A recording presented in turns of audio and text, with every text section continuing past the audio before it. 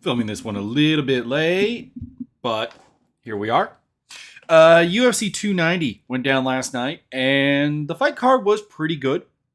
It was a weird card in the sense that if you have listened to the podcast a number of times, you know that I love fights that ask multiple questions of both fighters, and we get to see them try to solve the puzzle, try to implement their own questions, and do that. And this card really didn't have any of that. So that's a weakness. Like, if you look at it, like, sure, Pantoja and Moreno asked questions of each other, obviously, and that was a great fight. We'll get to that in more detail. But it didn't really fit that dynamic. Turner versus Hooker was a very, very good fight. But it didn't really have that dynamic either. And then the only other fight that kind of had that was Tyra versus Chires. Edgar Chires. I didn't really enjoy that fight. It was a useful fight, don't get me wrong. And everything here served a purpose and had entertainment value to it, with the exception of the Petrino versus Pratino fight. That was kind of garbage. We'll get to that in more detail, but that was kind of garbage. And I didn't see the first fight of the night. I still haven't watched Esteban Rubovic versus Kamwela Kirk, but I'm told that I probably wouldn't really enjoy it. So there you go. I was doing a commentary thing during that fight. Let's talk about Donald Trump being there for a real quick second here. This is not going to be me getting on a political soapbox or anything. This is just me stating something very simple that I really, really want to stop being a discussion point, which is the UFC has never kept politics out. Like, that comes up constantly.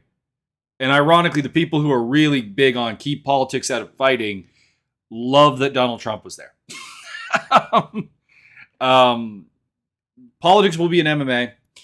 There will be, whether it's Katarov, whether it's woke propaganda, whether it's Donald Trumper fans, whether it's Bolsonaro's army. These are all things that'll just be there, and that is unfortunately the reality we live in. And obviously, like, supporting Donald Trump makes sense for the UFC. On a personal level, he is, pro-billionaire, pro-low tax rates for billionaires, and the owners of the company are that. And on a professional level, a business level, while Donald Trump was running for office and during his time in office, the extension of the Ali Act to MMA largely died because, and honestly, what is one of the surprising things of life right now, the only people who seem to actually push for the extension of the Ali Act or anything that helps boxers make a lot of money to bring it into MMA is Republican sitting members, Markway Mullen particularly. So the irony is that, since Trump hates that stuff, like, he's on the record saying that, he would, probably crush it as, president, or even as just a senior figure within the Republican Party. And Dana White and company would love that. So, like, it makes sense to mix that politics in for them. And when it makes sense for them to mix politics in, they will shine that spotlight on it. There you go.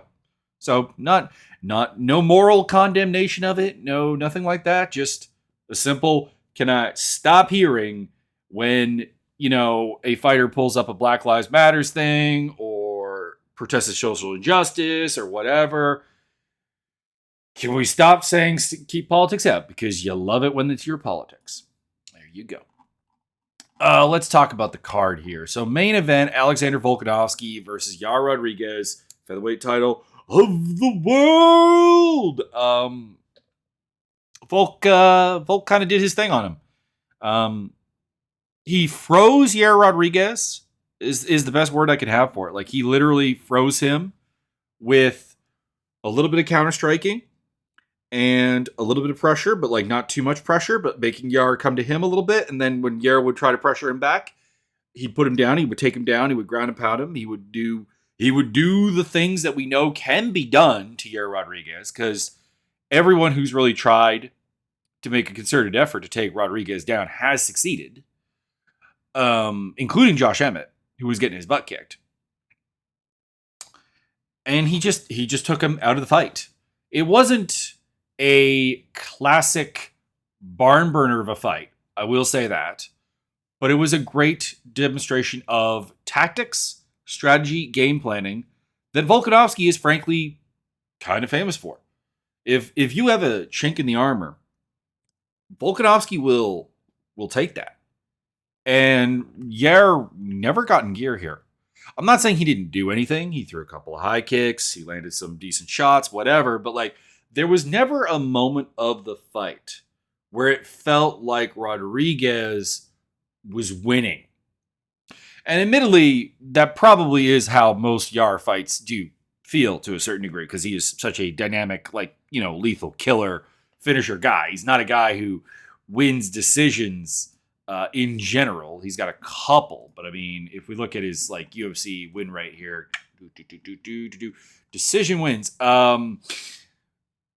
Charles Rosa, like his first 3 fights, all decisions, but then like after that, it's basically just that Alex Caceres fight and the Jeremy Stephens fight. And Jeremy Stephens is like incredibly tough. And Caceres was just doing stupid stuff with him. That to me, that was like an exhibition fight in a nutshell. So we got done with that. Volkanovski eventually hits him with a, kind of what didn't look like a great shot. Like it was Yair coming forward with a blitz, throwing a head kick, and then Volkanovski steps into a boom, big hit. Knows he has Yair hurt, pursues him, takes him down, smashes him down for a bit. Yair, throughout the entire ground and pound sequence, not really defending himself in any real real way. And Herb Dean steps in to stop the fight. So there you go. Volkanovski, still your champion. Still in my personal estimation, the best and greatest 145er of all time. I'm fine if you think it's Aldo. To be clear, I am 100% fine if you think Aldo is the greatest, and you have like a weighting of things that I don't particularly value. That's fine. But I do think Volkanovski is the guy. And he gets the win. Either he defends his title against Ilia Topuria next, or he fights Islam Makhachev, because there's a solid argument to be made that there's not really anyone that's going to be ready for Makhachev's Abu Dhabi Fight Island fight, because Charles Oliveira has talked about not wanting to take that fight, not wanting to go to Abu Dhabi, not wanting to go to Fight Island, and also not being ready.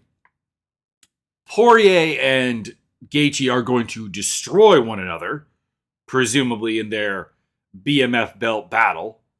So they're probably not going to be ready either. Like, just medically speaking, physically speaking, probably not going to be ready. And of course, this is where that Beneil Dariush, Charles Oliveira fight kind of bites them, because they took away the only other viable contender for Islam's crown, Beneil Dariush, in that fight. Because people are like, we should give it to Arman Tsarukyan or Grant Dawson. That's skipping way too far down the line. And Dawson does not have that kind of hype behind him. Tsarukyan does not have that kind of hype behind him after the Joaquin Silva fight. Don't get me wrong.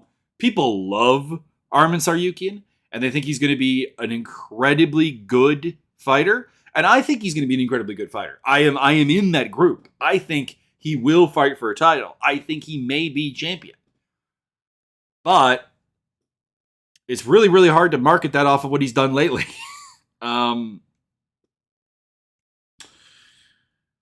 So yeah, you might end up with the lightweight fight, but I prefer the Topuria angle.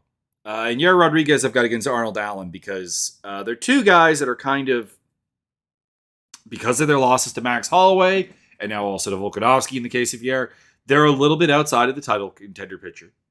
They need a little bit of rehab, a little bit of rehabilitation, and a win over either would go a long way to doing that. So I like that fight. I'm a big fan of that fight. Fight of the night was Brandon Moreno, Alexander Pantoja. Talk about the scoring real quick here. What are you doing, Ben Cartledge? Ben Cartledge gave rounds 2 through 5 to Brandon Moreno to give him a 49-46 card. That is ridiculous. 48-47 either way. Perfectly fine. 49-46 Pantoja. on the cards. The only rounds that I have solid takes on: first round of Pantoja, fifth round of Pantoja, second round of Moreno. Third and fourth were chaotic destruction of worlds, clashes of two titans trying to kill each other. And it was great. It was amazing. I loved it. We had everything this. We had scrambling. We had boxing exchanges. We had kickboxing. We had both guys getting their back taken and surviving, which is not something you usually see when either of these guys have your back. The dynamic of the fight, I thought, was essentially this. When Brandon Moreno was able to control the range and make this into a ranged boxing fight, as in just the outside of the pocket, where his jab could keep things, I don't want to say calm, because they weren't calm. They weren't non-chaotic. But when he was able to keep that kind of range and make this into his fight, he was tuning Pantoja up. He was really letting him have it. He was stinging him with the jab, bringing in the right cross as well, doing all these things. Like those moments were like where Pantoja didn't seem to have any answers. The problem, of course, is that Pantoja, one, is exceptionally durable, and two, doesn't mind being crazy aggressive to get the fight into his realm. So when he would move in closer, he would be able to get into clinches and throw scrambles and get the back takes. I think he had the back like 3 times in this fight. Like, he did an amazing job there. Moreno was able to survive, but had no real way of... And he did reverse it, actually. He did have one good reversal while Pantoja was on his back, but he had a really hard time getting out of that. And honestly, a lot of the things that were true of their second fight ended up being true again. Now, not everything was, because of course, the second fight, Pantoja won very clearly. And in this one, to get Pantoja a win, he's got to win one of 2 rounds that I have is like that 10-10, go either way type scorecard, the third and the fourth. And Moreno's jab played a much more prominent role here. So Moreno was better, showed off much improved boxing, improved composure, I thought, because in the second fight, he broke a little bit. And he did not... He kind of did that here. He ended up in the 5th round with Pantoja on his back and not doing anything, which did disappoint me, because it was like around the 3rd round, I was kind of like, all right, Moreno should be taking this over a little bit more, because Pantoja looks like he's the more tired fighter. He looks like he's wearing down. He looks like this is going to be the chance for Moreno to define that range, like he was doing, and turn things up and shut down the chaos of Pantoja. And he didn't really. Arguably lost through rounds 3, 4, and 5. So, yeah, this was a fantastic performance by Pantoja. Hats off to him. Amazing. The crowd that booed him can go shove it, honestly, because, listen, I know the crowd was, generally speaking, a pro-Mexican crowd. They were here for Yair. They were here for Moreno. They were here to cheer their boys. And their boys lost.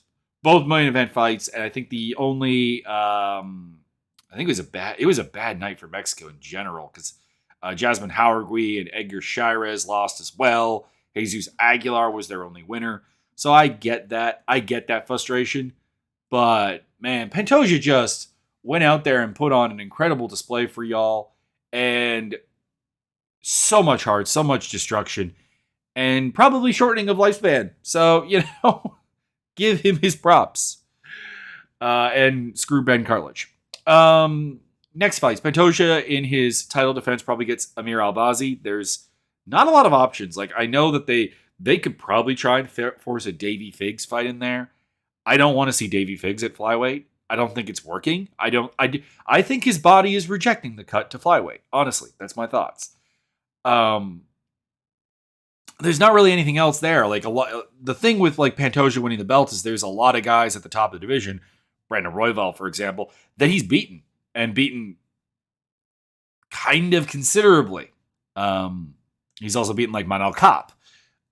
So that like kind of cuts you a little bit short. So yeah, I've got Albazi in that role. And then for Moreno, I've got either the winner of Manal Kape, Kai Kara France, if Kape wins, because I don't think we need to see another Kai Kara France fight.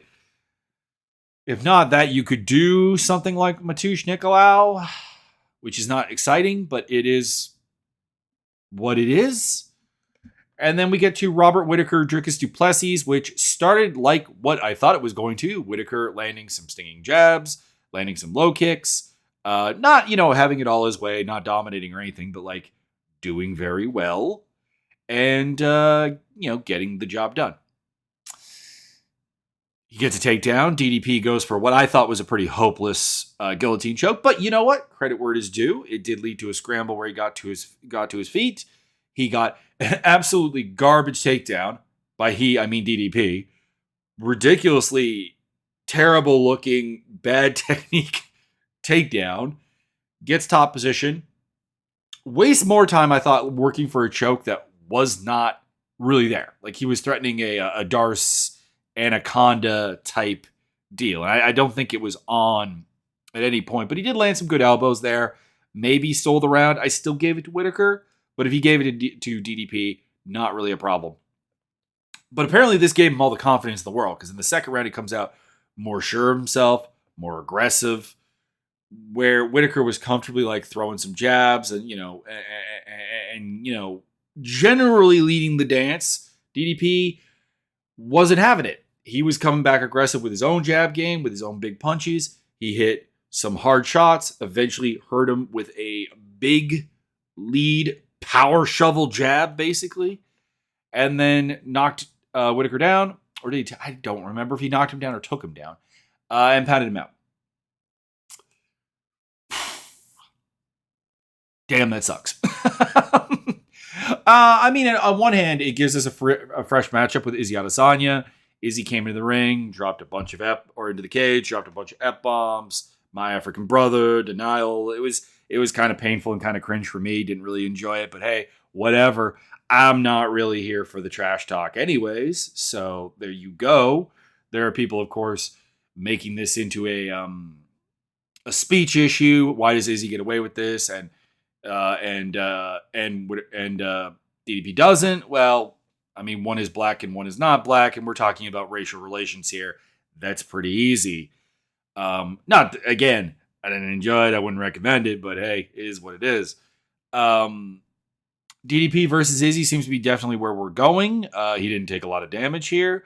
I will say the big storyline of like, oh, he's got his nose fixed or whatever, I don't think played any role. I said that in the preview, that I think that realistically speaking, all that it will do, and this may actually harm him to a certain degree, is he just won't look tired. Because he was somehow oxygenating himself through his mouth by breathing through his mouth. And yes, there's some positives there with durability, but he was already exceedingly durable because he'll be able to keep his mouth closed while fighting. But realistically, I always thought that, honestly, his looking exhausted, I thought, was a weapon. Because like, it's disheartening when you're like, I'm hitting this guy so hard and he looks so exhausted and he is still coming at me. I thought it was actually kind of a weapon. A little bit like Dan Henderson, a little bit. I don't think it really changes much. As for our fight with Izzy, my gut reaction is to pick Izzy. I will admittedly say this. I have had a terrible track record picking DDP fights. I thought he would. I didn't think he would be anything would get anywhere near this high. I did not. I was picking him to lose to like Brad Tavares. So take that for what you will. Giant grain of salt. There's something to this. Someone on Twitter, it was Connor Rebush, said like, I get why it's hard to prepare for him. He just does everything kind of wrong, but with like such ferocity and such explosiveness and such power that you have to take it seriously. And it's hard to prepare for that. And maybe that is the case, honestly. Maybe it's just a case where like his lack of technique, or shall we say, his specifically odd off-brand version of technique,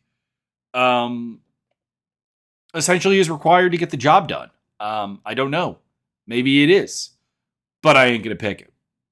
But yeah, he should fight Adesanya. He beat Whittaker. If you beat Whittaker, you should get a title shot. And there's drama there. There's obvious things you can promote the fight with. Easy promotion job. Whittaker I've got against Sean Strickland.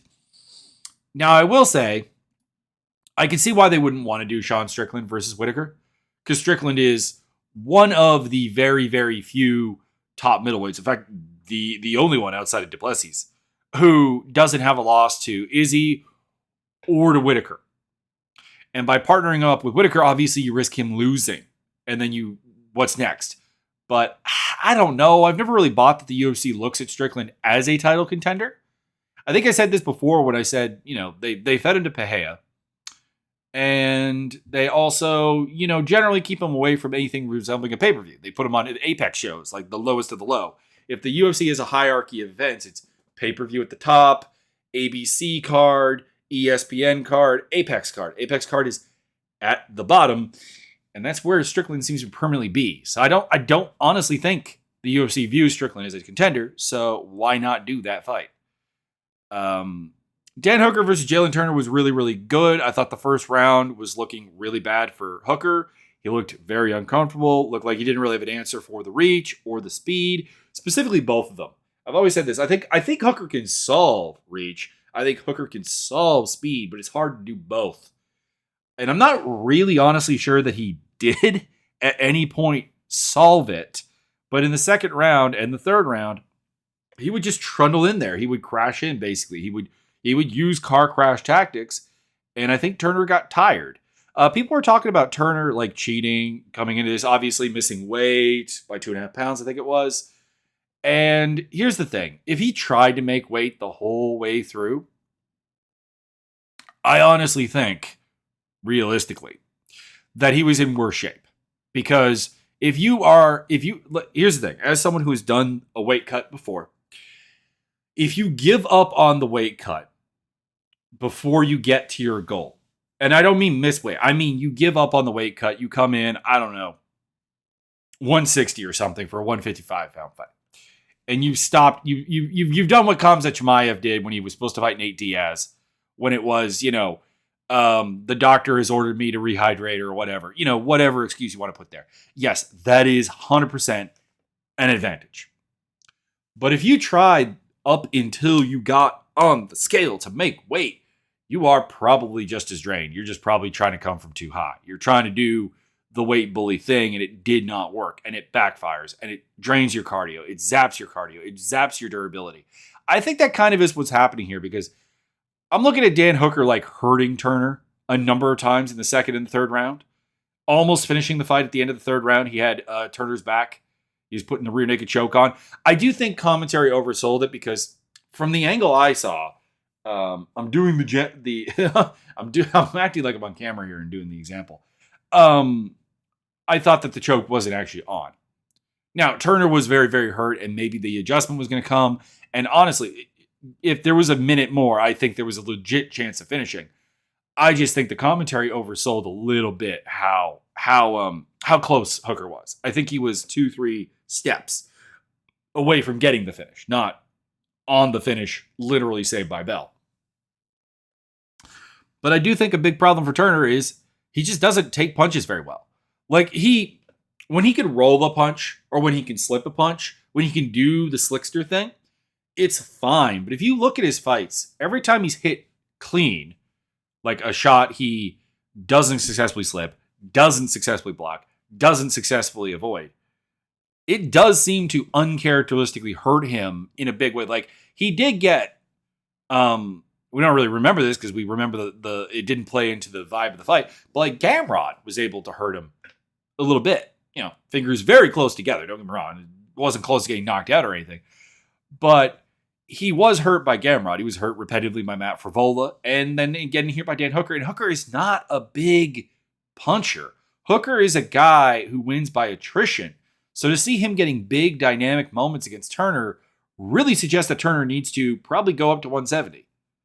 Because I remember watching him fight Vicente Luque, and his chin looked fine. Like he got destroyed, but that was a late notice replacement fight.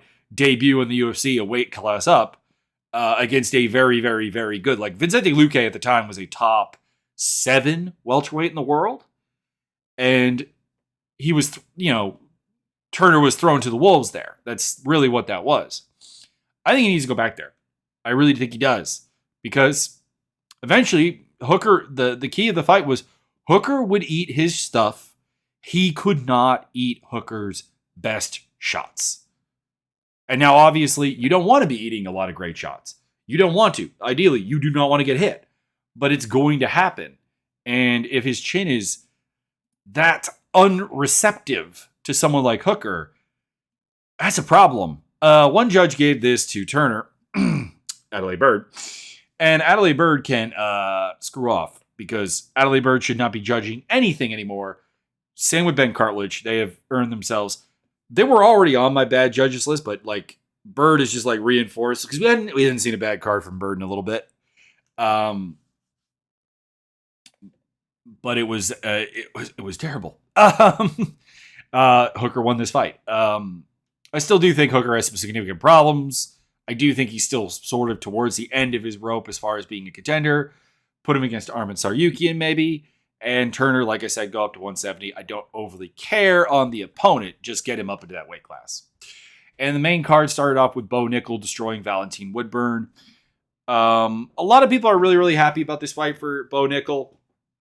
I can't say that I'm unhappy about it. I mean, dude went out there and he knocked out a late notice replacement fighter that he was supposed to beat and whatever. He did what he was supposed to do, but I still think his boxing looks, and it will probably work, to be honest, because everyone's going to be focusing on his wrestling. So like any kind of boxing game he can put together will probably be magnified 5-10 times over in terms of its impact. But like I didn't think he looked particularly fluid or like solid as a striker. He looked confident. And that's the thing that really does stand out is he's at ATT working with probably the best coaching staff in the world, and he's confident and comfortable throwing hands. So even though he's not good at it yet, he has natural athleticism and the threat of the takedown to magnify that repetitively. So there you go.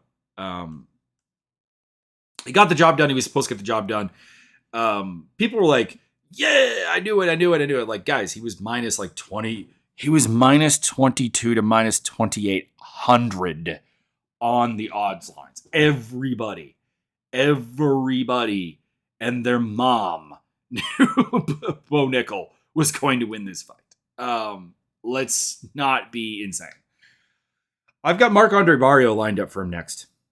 I actually really think that would be good. Like, Barrio's a guy whose game probably will be short-circuited by being a worse wrestler, but is at least a persistent threat and pace challenge for Nickel. I think that is the perfect level of challenge for him. And for Woodburn, I've got him against like Dana White Contender Series fodder because frankly, he should have been on Dana White Contender Series as opposed to in this fight. So there you go. Robbie Lawler knocked out Nico Price in his retirement fight. Felt good. It was amazing. We had 2 retirements on this card that were both fairly good. We had Lawler retiring here on a high note. We had Crute retiring, admittedly on a low note, but like at the same time before his career had become really sad. And he did the job. It was great. I love watching Robbie Lawler go out with the victory here. Feels bad for Nico Price that he fought Donald Cerrone in one of his late fights, and now Robbie Lawler in his late fights, and he went 0-1 with a no contest. I've got Price against Gabe Green next, I guess. 2 guys that are probably are still great action fighters and whatever, and I would love to see them stay around, but like they're losing enough that they might not be staying around anymore. Edgar Tyrez versus Tatsuya Taira. Taira won, but he ran into some trouble with the guillotine choke and with like just boxing in general. I just thought that realistically this fight he got a 10-8 round in the second round. I still don't necessarily agree with that. Like, don't get me wrong. I've said this. I want more 10-8 rounds. I want that to be a 10-8 round. The one thing that kind of comes to mind here, though, really is it's supposed to be damage, and he didn't really do that.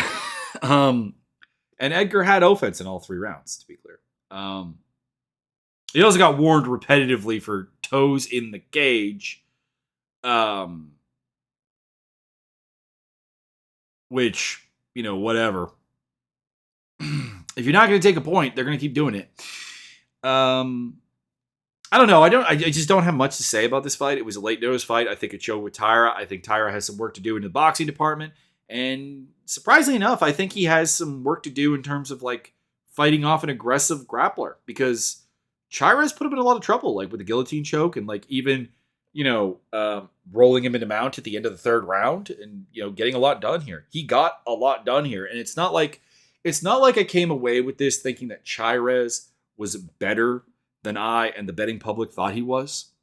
It was I came away with, okay, Tyra has some work to do. And that's fine. He's an undefeated prospect.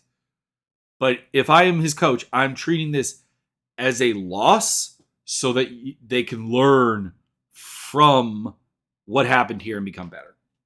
For next opponents, I've got Tyra against Alan Nascimento because that is a guy who will 100% make Tyra focus on trying to improve that area. And Edgar, I've got against, I guess, Carlos Candelario. He did well enough that, I'm not unhappy seeing him fight again. Jadisi Goes did to Hasman Haragui what I thought and was worried might happen. I said in the preview is Estela Nunez actually bombed on her kind of early and got some work done. Haragui, because of her lack of reliance on a jab to find range and a number of other things, is a cold starter, a very cold starter. She's going to be vulnerable to getting just kind of bull rushed anytime out there. And Denise Gomes saw that apparently the same thing and went out there and just bombed on her and just did not let up and put her down. For Gomes, I've got something like Pierre Rodriguez next. For Haragui, I've got like Corey McKenna. McKenna's a good fighter, solid fighter. Actually, probably a higher platform than Denise Gomez has. But she's a notably not particularly powerful fighter. And I would like to, it's kind of like a soft, okay, you've had this happen to you 2 fights in a row. You just survived it against Nunez. Can you learn to emphasize the jab a little bit more in some more traditional ways of finding range and finding your way into the fight? Or is it just a mental thing that you kind of like Forrest Griffin have to get hit before you're in a fight? I don't know. I'm not sure which it is. Alonzo Menafield more or less destroyed Jimmy Crute. Jimmy Crute did a good job of forcing him to clinch and stuff and threatened with the absolute ghost of a guillotine choke. But every time they were at range, Menafield was tagging him hard and ended up grabbing a takedown on a failed Jimmy Crute takedown and locking the guillotine and getting a tap out in the second round. Crute, like I said, retired afterwards, so that's good. I think he'll be back, unfortunately. I think this is a case of someone who probably should retire. He has I compared him to the Danny Downs problem, where I do actually like Crute's game. I do. I honestly like his decision-making tree and how it goes and how it tries to emphasize what he is good at. But this is 205 and he's not a good enough athlete. And he's not necessarily even a good enough technician. So I just don't think that there's really a future here. And you might as well get started on next phase of life. Menafield I got against Carlos Olberg for his next fight. Vitor Petrino Marcin Prachnio was an ugly fight, which Petrino eventually squeezed him out with an arm triangle in the third round. I will say this, Petrino he's the anti-Crute in a way. I actually disagree with almost all of his decision-making tree, but he has raw physicality and apparently cardio. And Prachnio really didn't ask any questions of him in this fight. Prachnio had some success at range and whatever, but he had no way of keeping Petrino from just going, you know what? I feel like we should wrestle and grapple now. and he did that repetitively, and he got the job done. I've got Nick Mariano for his next opponent, and Prachnio against Tyson Pedro, 2 guys who kind of want a low-paced kickboxing match. Why not give it to them? MSP destroyed Terrence Mitchell. Yes, he got taken down, but he got into a guillotine choke, used it to get on top. Mitchell had some success trying to drive him back to the mat. MSP had an arm bar that led to a scramble. He got on top position, took his back, flattened him out. Boom, boom, boom. I think Mitchell gassed on short notice. Also being a semi-retired fighter. This affects the fact that I have no real plan for him as a next opponent because I don't think he's dedicated to fighting anymore. And I think always the weight cuts always took it out of him. I don't know. He prioritized being smaller when probably just like putting some mass on probably would have been a better idea. MSP I got against Miles Johns. He did call out Cody Garbrandt, and he talked about the South African invasion, whatever. I don't think it's coming. Like, I don't think the gym that produces MSP and DDP is quite good enough. And social media is like loving Cameron Simon, and I'm like, the dude has beaten 2 short notice opponents and Mana Martinez in the ugliest fight you're ever going to see. Let's pump the brakes a little bit. Jesus Aguilar knocked out Shannon Ross right away. I've got him against Josh Van and Shannon Ross. I said this repetitively. Shouldn't really be in the UFC.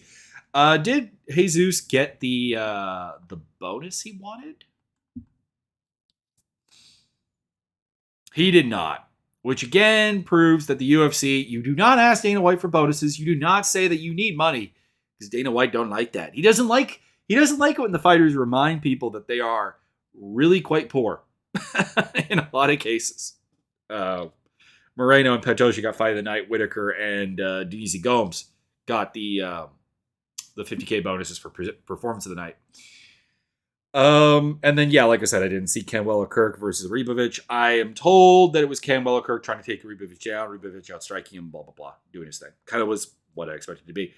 In terms of picks, I started the day off really strong. I got Ribovic right. I got Aguilar right. I got MSP and Petrino and Menefield. And then it kind of went downhill after that. I still got Tyra, and I still got Bo Nickel, obviously, and I got Alexander Volkanovski. But it was a rough night on the main card for picks, but I still went 8-5. Not a bad time. And man, we had that good card. Now we go on to this card. This is an abomination of a card. Holly Holm versus Myra Buena Silva. Like, Duncan, they even made Jung Young Park have a boring fight. He's gonna be fighting Albert Duraev in the go. This is so bad. Josh Parrish and Walt Harris. Come on. Norma Dumont, Chelsea Chandler. I like Chelsea Chandler. I guess I can get a little excited about that. Prado versus Zaitar, not a bad fight. Terrence McKinney versus Sadikov, not a bad fight. Ashley Emmett Smith is back in the UFC. My lord. Fighting Eileen Perez. That's garbage. Oh lord. I might not do a preview for this one. I might do the one card. I might do the one card. Please, one. Please have some good MMA. Please. You really don't. You have Gary Tone in MMA action. Dustin Johnson versus Amir Al-Akbari. Oh, man. Oh. This is the problem with one is they're mostly a Muay Thai and kickboxing promotion. And that's great. I love it. I love watching it, but I don't get deep enough into kickboxing to do it. This is such a bad card. Oh, my lord. It's so bad. I don't know. I might take the next week off. I really might. But anyways, I will see you guys next time. Oh my god. It's so I can't stop laughing at it, looking at it.